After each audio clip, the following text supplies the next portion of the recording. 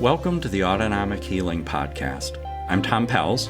And I'm Ruth Lawrenson. We'll be unpacking what it looks like to activate your brain to holistically manage stress and trauma that bring healing to the mind, body, and spirit. Being free to live authentically as humans. Thank you for joining us. Let's get this conversation started. Tom, we're here and I'm looking forward to having this conversation with you because I know that we've mentioned it so many times that we're going to get to the AHA PS, which is the cognitive form of autonomic healing activation, where we see this incredible effect of homeostasis in the way we think and in the way we feel. And we're going to have a few of these conversations around this topic of the cognitive. But I was just curious if you could just kick us off a little bit, give us a bit of an intro. Some of our listeners might not have a clue what we're talking about with this. So, I mean, we've been focusing a lot on how we've used AHA in the body and in the somatic work of normalizing that stress and trauma. But what we're talking about in AHA PS is how we normalize that stress and trauma, but in our perceptions, in the way we think. Human beings exist not just as bodies, but body, mind, and spirit. Mm-hmm.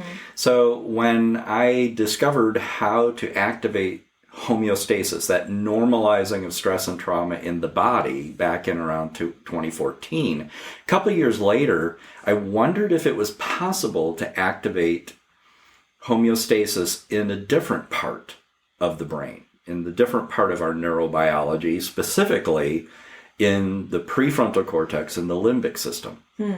So a significant source of stress that we experience is the way we think. Yeah.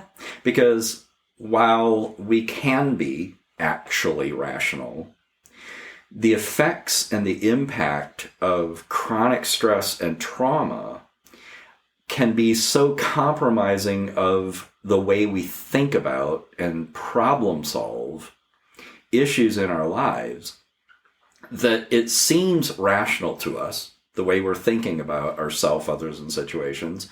It makes sense and it's completely understandable and frankly consistent and predictable that we think about those things the way we do. Mm-hmm. But then when we encounter a problem or have a decision to make, that our solution that we come up with may just be another problem making the other one worse. Yeah. But temporarily it made us feel better, or it seemed like a good idea at the time.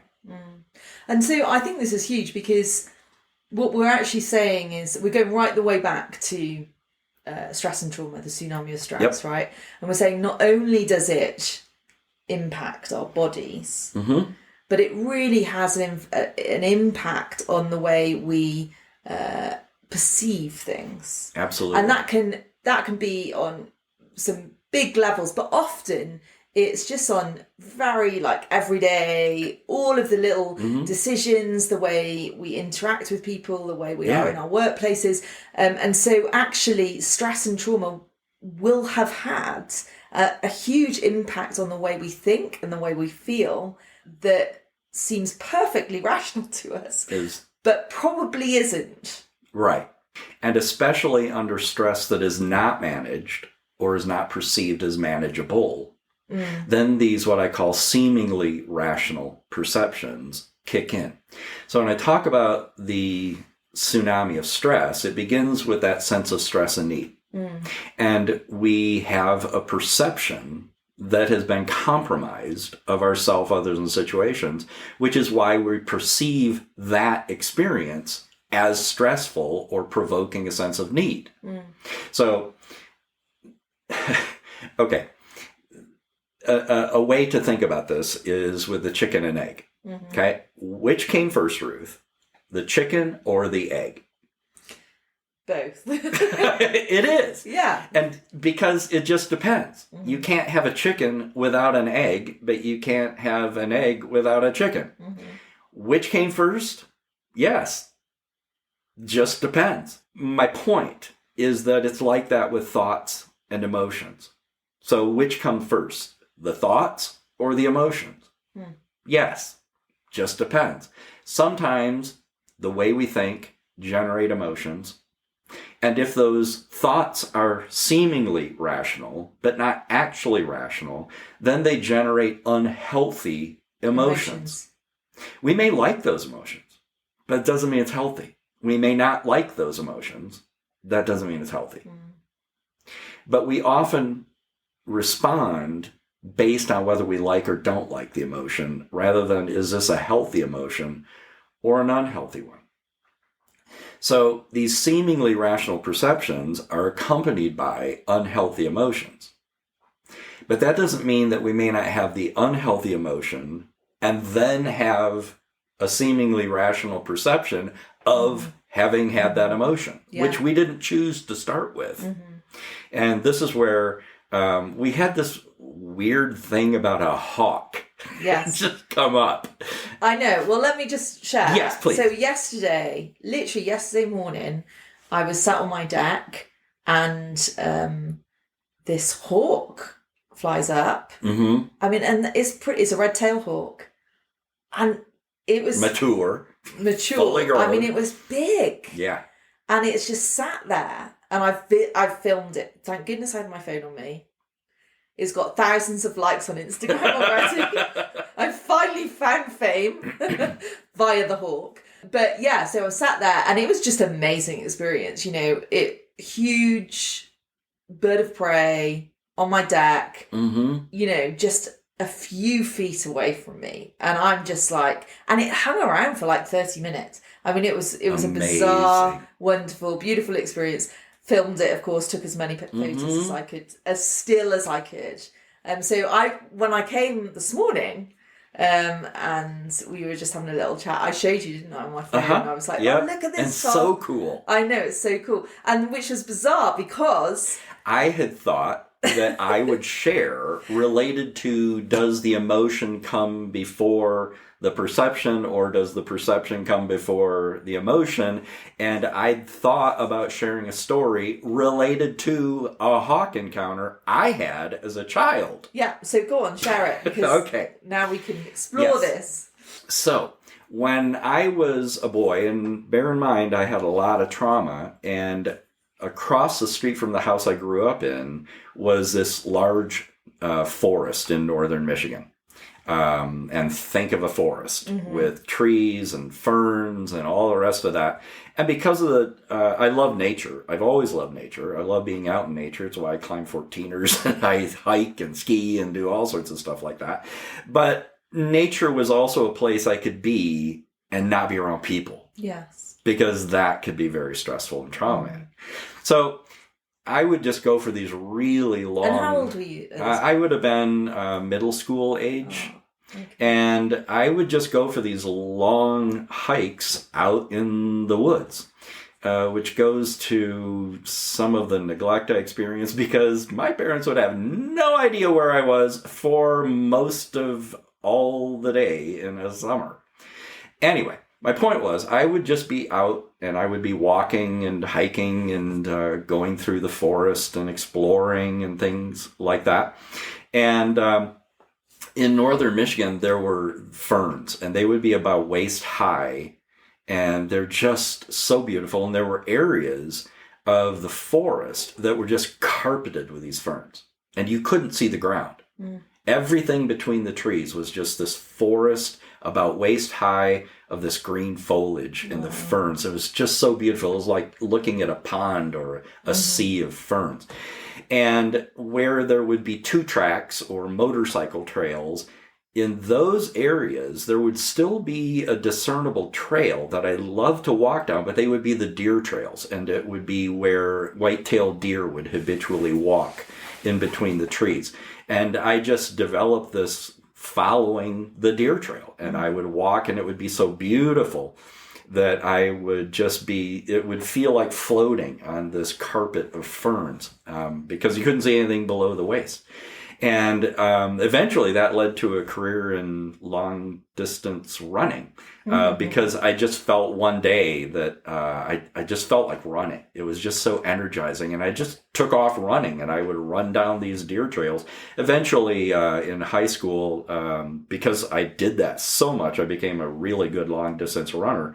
And that turned into a cross-country career, and I got to the place where in college I could run 6-minute miles, and I could do 12 or 15 of them. I'm not sure I could do 12 or 15 minutes, a mile now, let alone 6-minute miles for 12 or 15. That's another issue. Anyway, my point is that one day, as I was walking down one of these deer trails, I just had a premonition or a sense of impending danger, but I looked around. I could see nothing that was other than what it had always been, just something that I really enjoyed. But I had an intense sense of fear. And moments later, I felt multiple stabbing sensations in my scalp, because what happened is that a hawk, I must have been going down this deer trail, and it was close enough to this hawk's nest that the hawk was protecting its nest, and it swooped on me from behind, grabbed into my skull with its talons, and then flew off. And I saw it fly off, and I dove into the ferns to try and hide, and then I looked up and I couldn't see it, and so I started walking.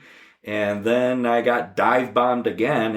It hit me from behind with its talons in my scalp, and I dived down. Then I started running, and it just kept dive bombing me from the back, always from an angle I couldn't see it. And eventually must have gotten far enough away from its nest or whatever reason it was attacking me, and I ran all the way home. I don't think I've probably ever run that fast for that far. And when I got home, my mom looked at me, and I must have been white as a sheet. And she said what happened. And I was describing having been, had hawk talons gouging my scalp. And there was blood up there and all the rest of this. So when my experience based on that would not have been your experience being near that hawk. Since then, I don't have that fear, but since AHA. But prior to that, I'd have probably had a fear, a visceral reaction. Yeah.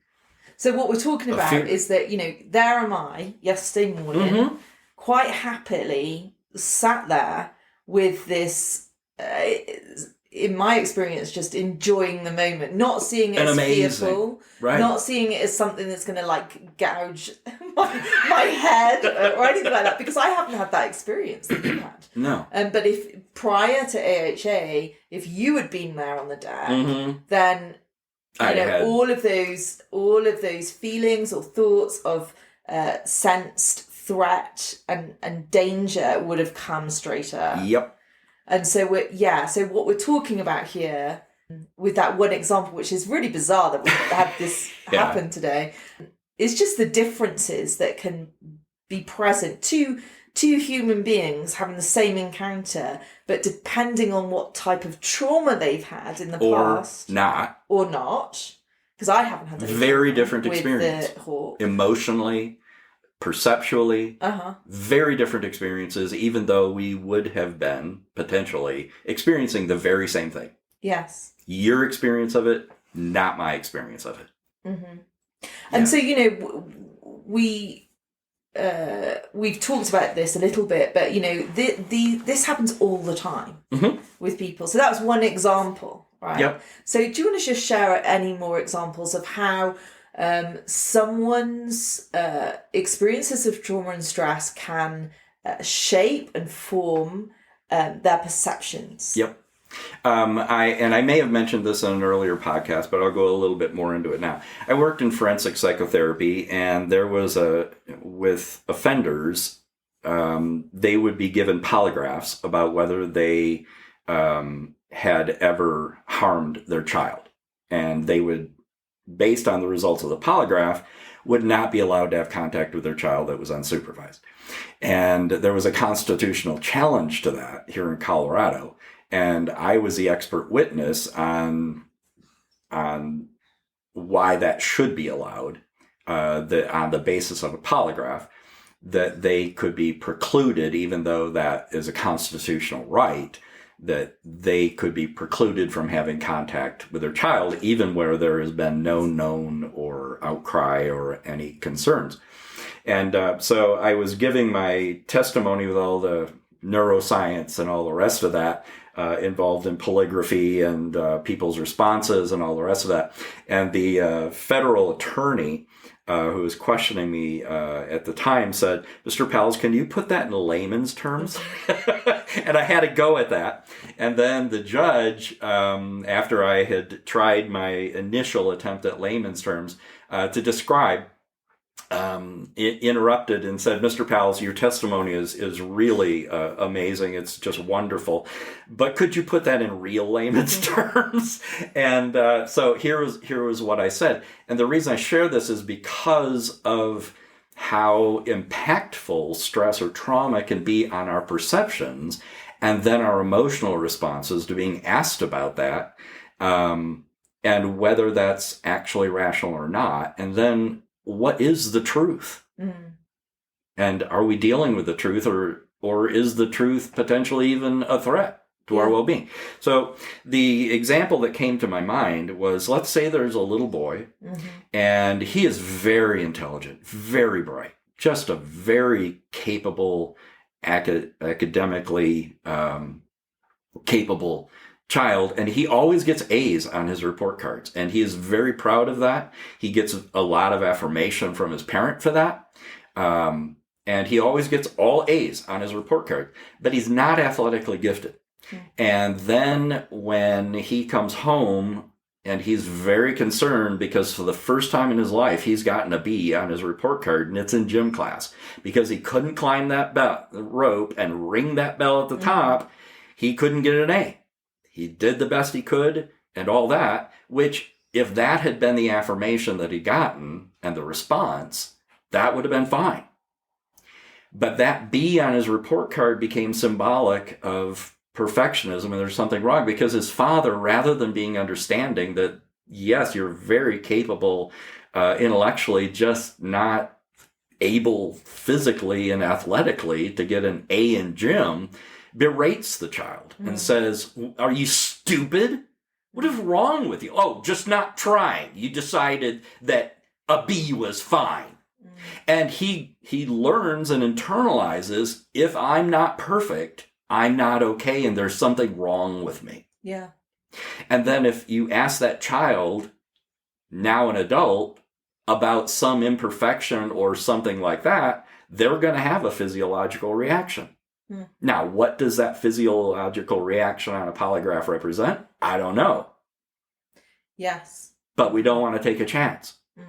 And ultimately prevailed in the case. My point is that those kinds of experiences shape our perceptions of ourself in relationship to others, in terms of our performance. And it's very understandable, completely consistent, that child grew up into a perfectionistic A-type personality, because their prefrontal cortex, which is responsible for executive function, personality expression, anticipation of possibilities, what might happen, problem solving and decision making, the prefrontal cortex is responsible for all that, and interacts with the limbic system, and specifically two areas: the amygdala, which is what senses the threat. My amygdala sensed before I, in my prefrontal cortex, was conscious of, I'm going to get attacked. My senses were aware of a threat I didn't even consciously know about, but my brain did. Because it was picking up things I wasn't conscious of. Perhaps the sound of the wind over the wings on the hawk or whatever it was. But it knew. The amygdala knew. And my hippocampus, which is memory and learning, put that together with the sound of things and all the rest of that. My brain alerted me to a sensed threat to well-being, which I ultimately perceive to be a threat to well-being. But this is a hawk in flight.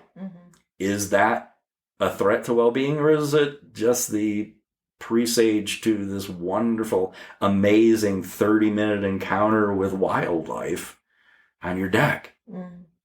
And so we have these, what I call seemingly rational perceptions.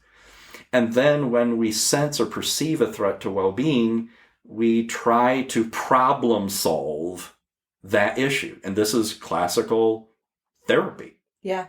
This is what counseling's about. And so this is like, so, we've got a couple of examples here, but this happens all the time with people. And you don't have to have, I think we've just come out of our couple of episodes on trauma, and there's some people who've had incredibly impactful trauma. We know that trauma that happens within childhood has a more significant impact. Yes. But there's all sorts of trauma that will happen. And so another example maybe would be a child in school who's bullied, or who's just rejected by friends. What will end up happening through that experience, which is very formative, is that in adult life there will be a perceived threat in friendships, right? So maybe they will have friendships of people who genuinely love them, genuinely care for them, but it will be difficult for them to trust that is genuine. So their perceptions of that might be fearful that those friends will reject them, which will absolutely impact the way they will behave with their friends, the decisions they'll make, how close they'll let people get to them. And it's that type of example times, hundreds of different versions of that type of thing. Yeah, or the child. Another example would be the child who has things that they want to share. They want to tell. They want to talk about. They want to converse about. But they have a parent who is very rejecting or very judgmental or very critical or so distant that, whatever.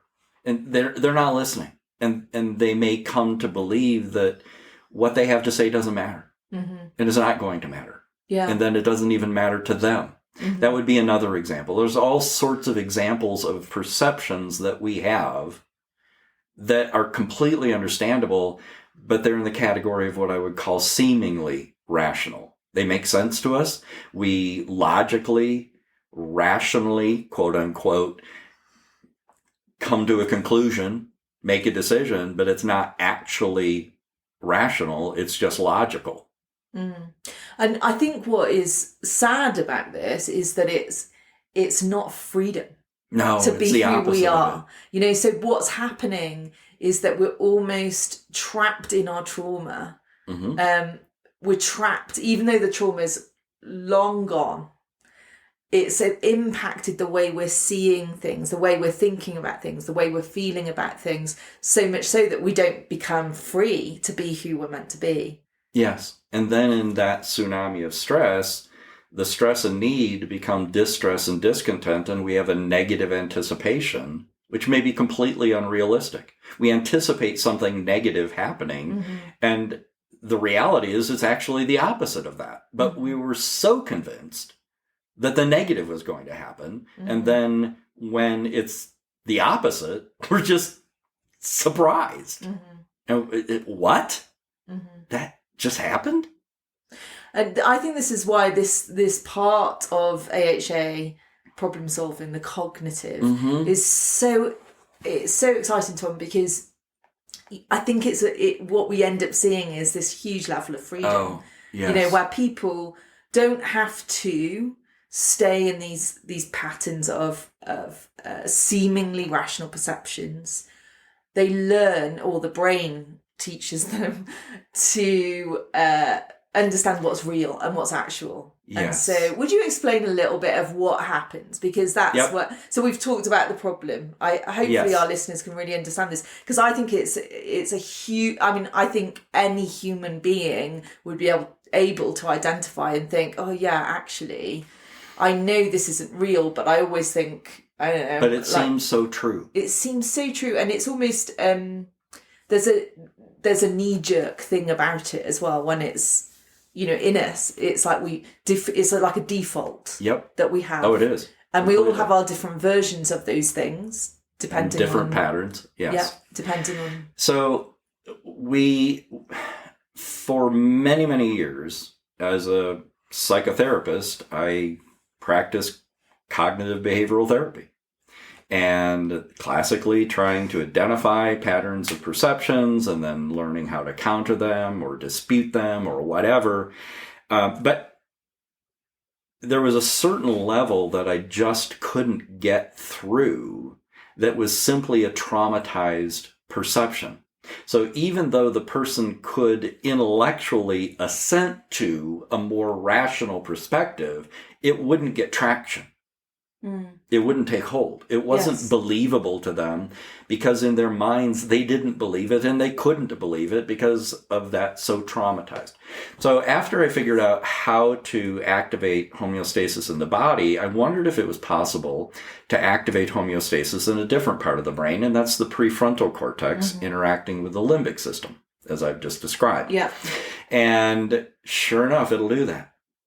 And it's literally what is known as an aha moment. It's that time when, and the research shows that we as human beings will experience this usually at least a few times a day. That's very familiar to people. It's where you've had something that you just can't figure out. You just can't get your mind around it, or something happens that you just can't remember.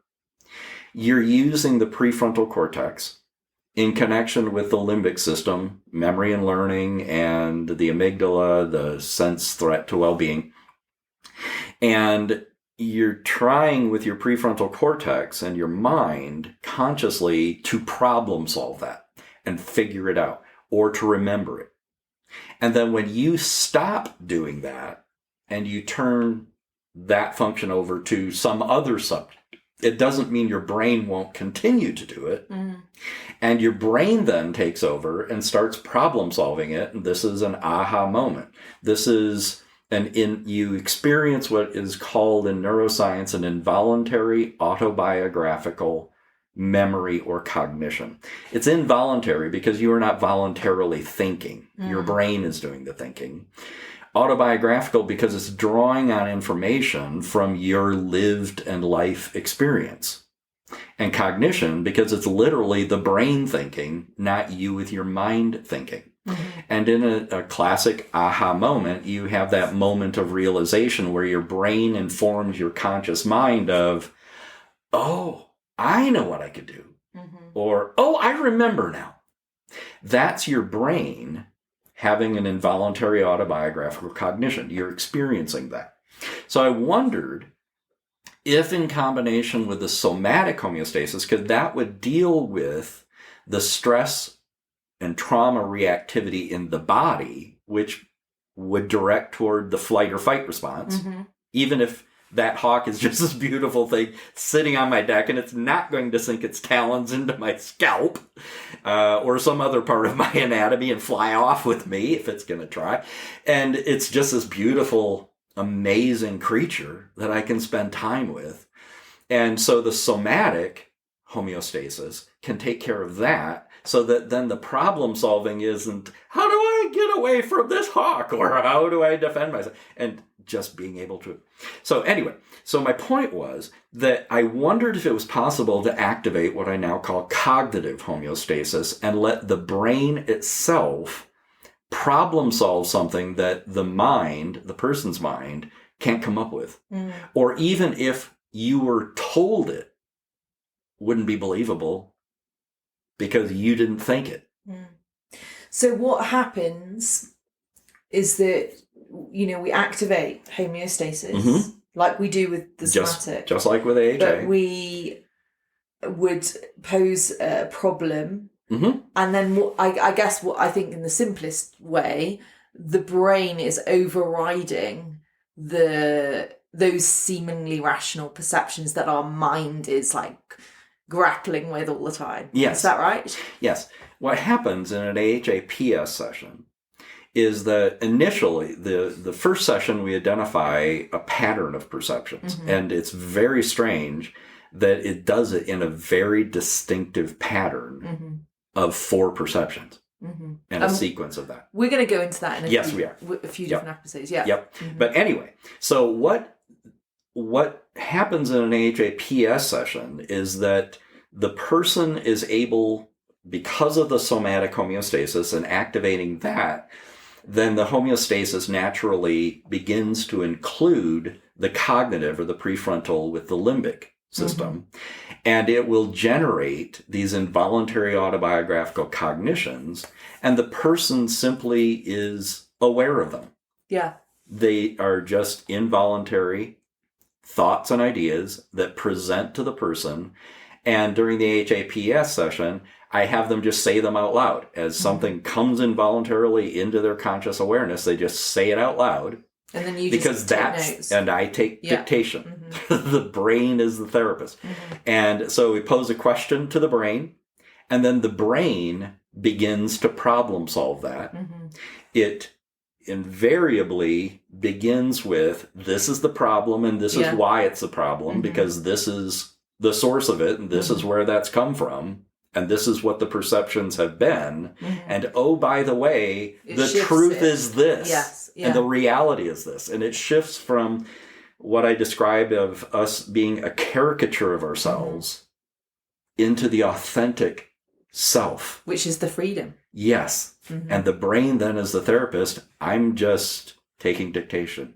So would you share, like, I know you've got a couple of examples, and I really want you to share them, because they are, guys, you're just going to basically listen to that shifting. So when these are people who've been in a AHA PS session, activated homeostasis, and then what we'll see is the shifting from a problem to the actual who they are. Yes. So why don't so you just... this is what I'm going to share, and I'm just going to read what the person dictated, what mm-hmm. they became aware of, involuntarily entering their awareness.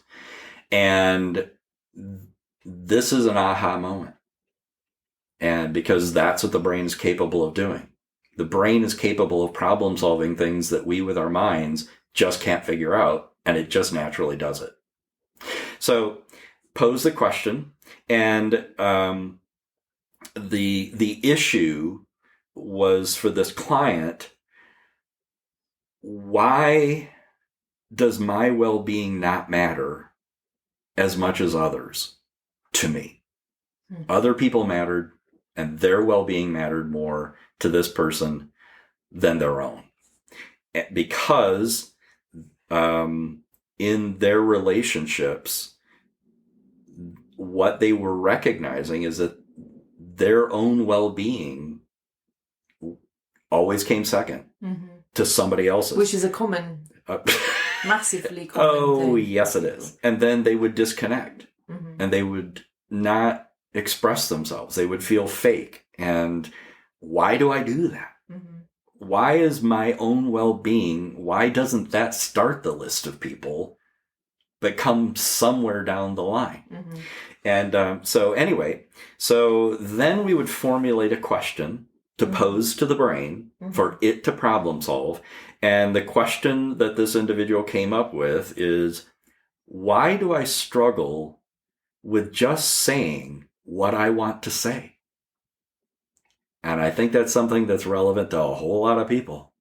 We have an opinion, but we keep it to ourselves. We don't just express ourselves.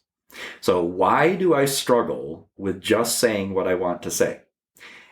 Activated homeostasis, and just listened, and as these involuntary thoughts came, this is what her brain informed her conscious mind of. And I'll read it.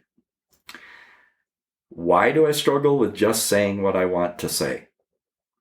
Thoughts are silly. The world is cruel. I don't care what you think. I just write them down for myself. Nobody has to know what I think. I'll just make the wrong decision. These are just thoughts populating her awareness. Just having a lot of memories now flood my head of people mocking or dismissing or ignoring me. I don't know if I should say anything. They aren't going to hear a word I have to say. I'm trying to say how I feel, and I know nothing. Why do I want that? That is stupid. That is not important. It is not what you want. I won't say what I want. I just won't talk to you. I'll go my own way. I won't ask what you think of what I think. I don't need you. I am not relevant. I am too intense, too much edge. I am off-putting. I'll retreat. Yeah, it's my fault. Yeah, you're right. I should just say something. I should do something. But there is no point, because my voice doesn't make a sound. There is no one to listen. I have to figure out my own way. And here you're going to begin hearing a shift. Mm-hmm. My way is different. My way is my way, not your way. I want to do what I want to do. I like my edge. I don't want to retreat. I want to be brave. I want to be free. I don't need acceptance to be brave and free. I can be honest and kind at the same time. My thoughts matter. My experience matters. Sharing them is an opportunity for healing. Those thoughts and experiences are more powerful than I think they are. I don't want to be afraid. I don't want to need. I need to share my thoughts. They do make a difference. People will hear what I have to say. They will like what I have to say. My story is a gift. It is a gift. Don't keep it to yourself. Give it away. Interesting how it shifted to the third person. Because the brain was telling her mind. It was telling her. Don't keep it to yourself. Give it away. My words have mattered and people have listened. I have lied to myself. I have hidden myself. I'm not supposed to be hidden. Step out from the shadows. I was made for running. I was made for leading. I am laughing and I am carefree with all those who are around me. There are those that are with me, and there are those that encourage me, and there are those that don't care about me, but it doesn't change my trajectory. I can still go forward. And it's fascinating to watch that client's reaction to that, which was one of, what just happened? Yeah. Because that person didn't think that way. Didn't think they could think that way, but their brain could think that way and did. And it's like I love hearing this because I'm remembering my own sessions, and I know that feeling of, you're not making this stuff up. It's like, it's so far, it's the opposite of these entrenched, seemingly rational perceptions that we're all sick of, really, because we know that they're there. We know that they're trapping us. We know that we're not really being free to be who we are. And then in this session, what happens is our brain starts informing us of who we really are. Yes. And it's actually incredibly moving that first time that you do PS, because it's like, wow, like, what just happened? And then you can learn how to have conversation with your brain and listen and be informed. I want to share another one if I may. So this one was with someone who had a long history with abandonment. And abandonment is real common. Mm. And generally speaking, takes years of therapy to begin to unpack and address. Doesn't necessarily have to if the brain is the therapist. So came up with formulated a question for this person to ask their brain. And that question was, why do I think I am being abandoned when I am not loved tenderly? And a lot of people can probably relate to that. Yes. And here's what the brain came up with. She shared it. I typed. Because I think it is true. I am not loved. And not loved is abandonment. It feels alone. It feels alone, so I am alone. I need to be loved. I want to be loved. There's not another way. What choice do I have? I can't make him love me. I want him to love me. That feels validating. Who am I if I'm not loved? If I'm not admired by those closest to me, where does that leave me? How do I even function? How do I live if I'm not loved? It doesn't seem possible. I want to be free. Free from the bondage of others. So the brain identifies the problem and then it provides the solution. Into How do I live if I'm not loved? It doesn't seem possible. I want to be free. Free from the bondage of others. Free from the desperate need to be loved. It doesn't seem possible. How could that be possible? It feels so real. I don't even know what real is. What would a different way look like? Can I believe that I am loved without depending on other people for that? Other people feel necessary. I just need them to love me. I want them to love me. I want them to accept me even if I am difficult. I am difficult. Can I be loved in that? I'm not sure. I want to be sure. I am accepted just as I am. Is that true? I want that to be true.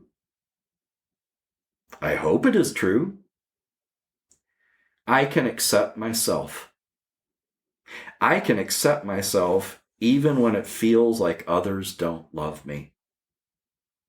I like that. I want to live in that.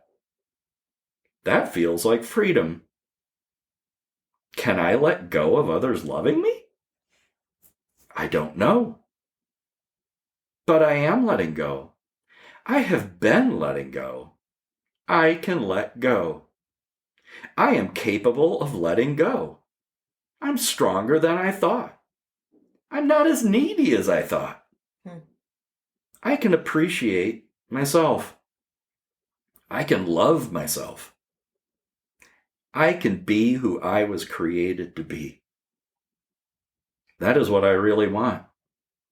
That is my true deepest desire. I can change. I can be loved.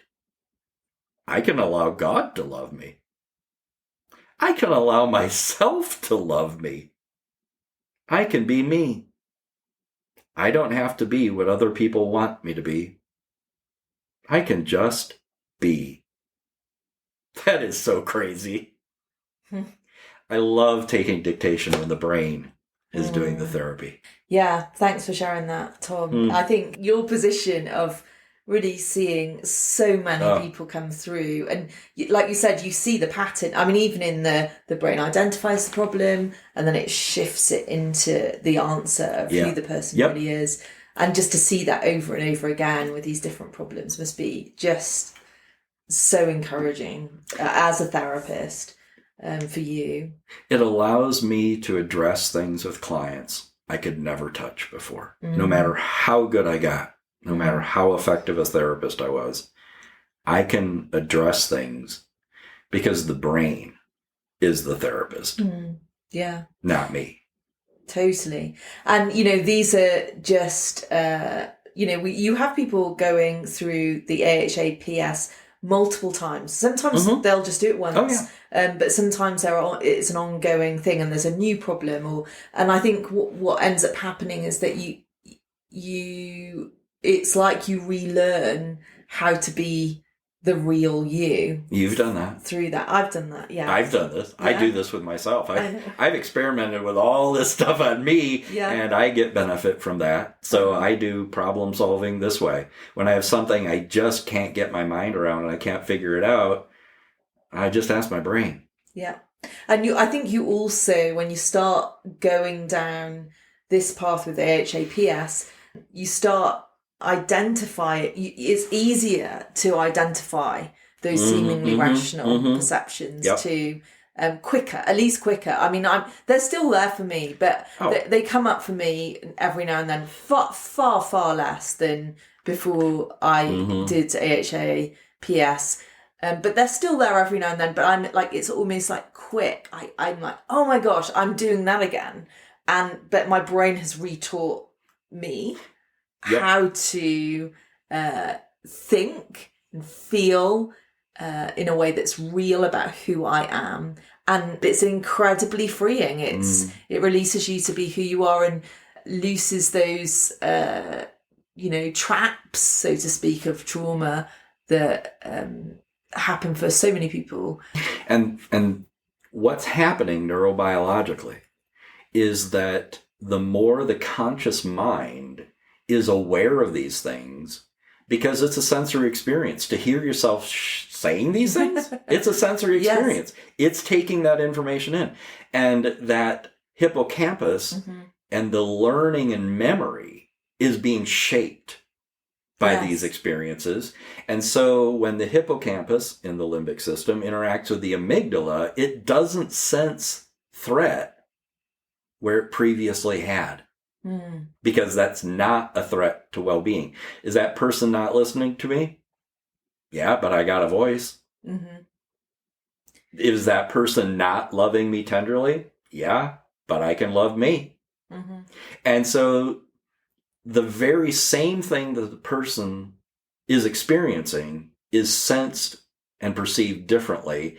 And the more that happens, the more the trajectory changes and it reinforces and rewards. And then the rational intimacy paradigm that we've talked about before just naturally begins to occur more frequently than the tsunami.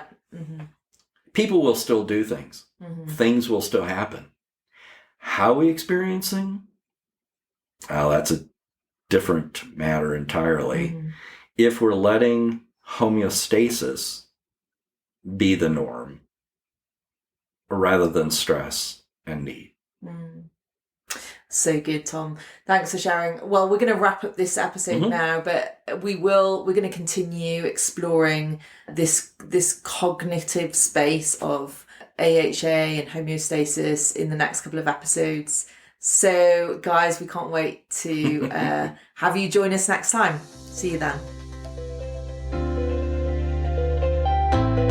You've been listening to the Autonomic Healing Podcast. Join us next time as we continue in our conversations with Tom. If you're interested in pursuing your own autonomic healing journey and want to find a practitioner, visit our website, innerworkings.org. See you at the next episode.